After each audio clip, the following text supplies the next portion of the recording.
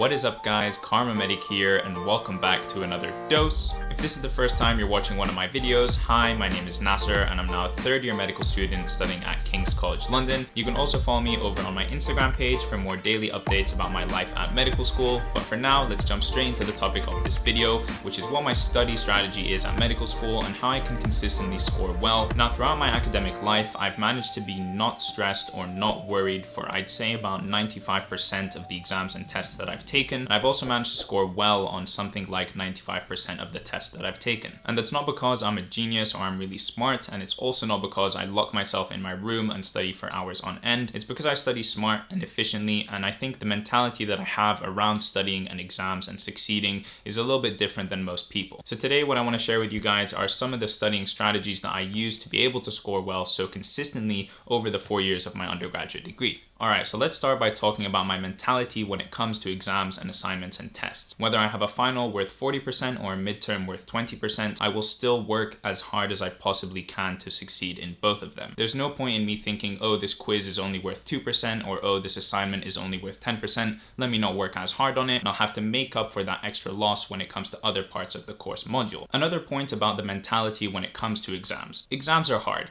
Exams take a lot of time to study for and it can be stressful. But the truth is, after I've spent a couple of weeks preparing for an exam, I know that I've studied my best and I've put in the hours and I've put in the effort. If a bunch of questions come up that I've never seen the material for before, that's life. And if I don't do so well, that's okay. I've already done everything that I can in my power to put myself in the best position to do well. If I don't end up doing well, that doesn't mean that it wasn't worth it, all the work that I put in, and that doesn't mean that I didn't make the right decisions when I was studying. That mentality of knowing that you're doing what you can, you're putting in the effort, you're putting in the work, is what helps me de-stress and not worry about upcoming exams. So when we have an exam at the end of the year or at the end of a semester, we'll usually have somewhere between 1 to 3 weeks off from school in order to study. During that time, of course, I study very, very hard and I do a lot of work. However, in reality, I've actually been working towards studying for this exam from the very beginning of that school year, and that's because I take my notes every single day. Whether that's for lectures, tutorials, workshops, whatever it is,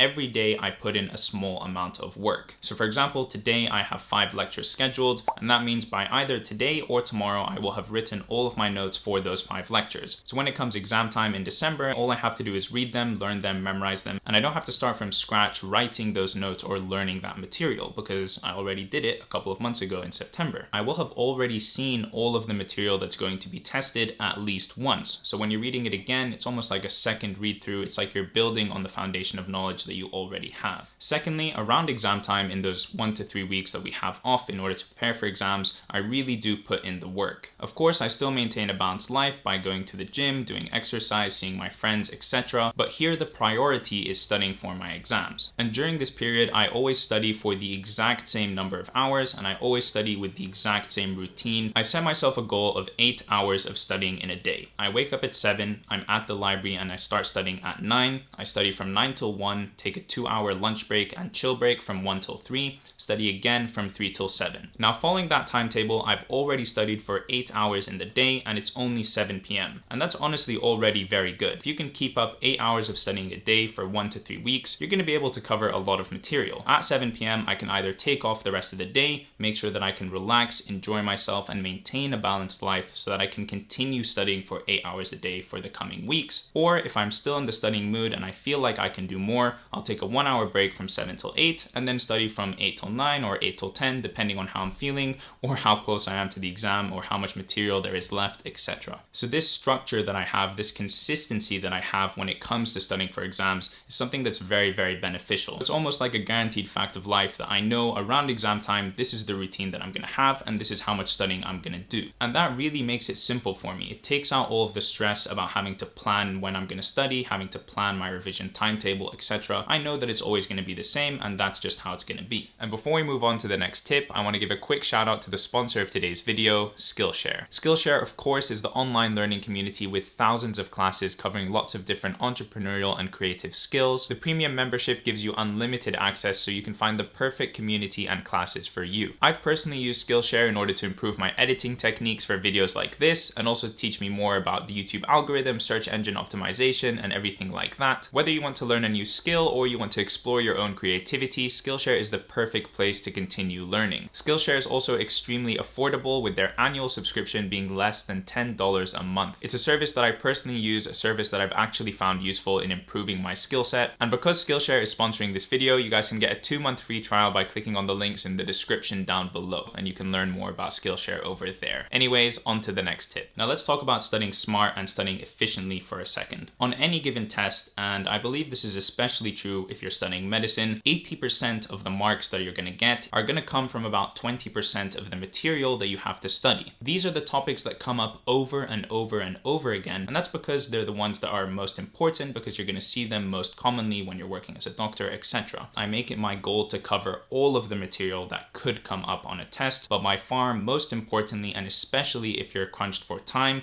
high yield material is where you have to focus. Okay, now let's move on to talking about time management. You heard before that I have that very strict studying schedule, so obviously my time management skills are quite good. And something that really helps me stick to this schedule, and something that really helps me be okay with the amount of hours that I put in studying, is very strongly differentiating my work time from my studying time. When it comes time to studying, between those hours of 9 to 1 and 3 to 7, I am only studying. I put my phone behind my laptop so that it's not even in my field of view. I don't open Facebook, I don't open YouTube. I just sit down, I lock in, and I focus on my work. Now, outside of those times, I can do whatever I want. If I want to binge Netflix shows on my bed, if I want to go for a run or go to the gym, if I want to go play video games with my friends or play video games on my PlayStation 4 here, I can do that. I make sure that I'm doing something that I actually enjoy. I don't think about work for a second. I try and relax. I enjoy myself, because if I have so much fun during those times, when it comes time to study, it's fine. I've already chilled. I've already had fun. I've already binged 4 shows of the latest Netflix series. I don't feel the need to do that because I just did that. Now it's time to study. So that's sort of the relationship that I have with my work, and that's how I separate my work from my chill or my fun time. Also hugely important to me is stress relief. Luckily, I think I'm a person that's able to sort of put different things in boxes. You know, if I'm working, but I'm also really stressed about some other life thing that I have to do, I can sort of put that in a box and put it in a side, focus on my work for the next 2-3 hours, whatever it is I need to do, and then I can worry about those other stressors. So that sort of compartmentalization, or pushing things aside, putting things in boxes, is something that if you can train yourself to do, I think would be very, very valuable, because it allows you to focus on the task at hand and deal with other things later when you allocate time to them. Also, speaking about stress, you know, naturally you're going to get stressed at university. There are going to be times when you have lots of different things to do and you're going to feel overwhelmed. For me, whenever that happens, I just take a step back, write everything down on a piece of paper, allocate specific dates and times for when they're going to get done, and that makes me feel good because I know that they're going to be finished and done with at a certain period of time. But inevitably, and especially at medical school, there's always this sort of underlying baseline level of stress. So what I find very, very good for that, besides obviously chilling with friends and going out and having fun,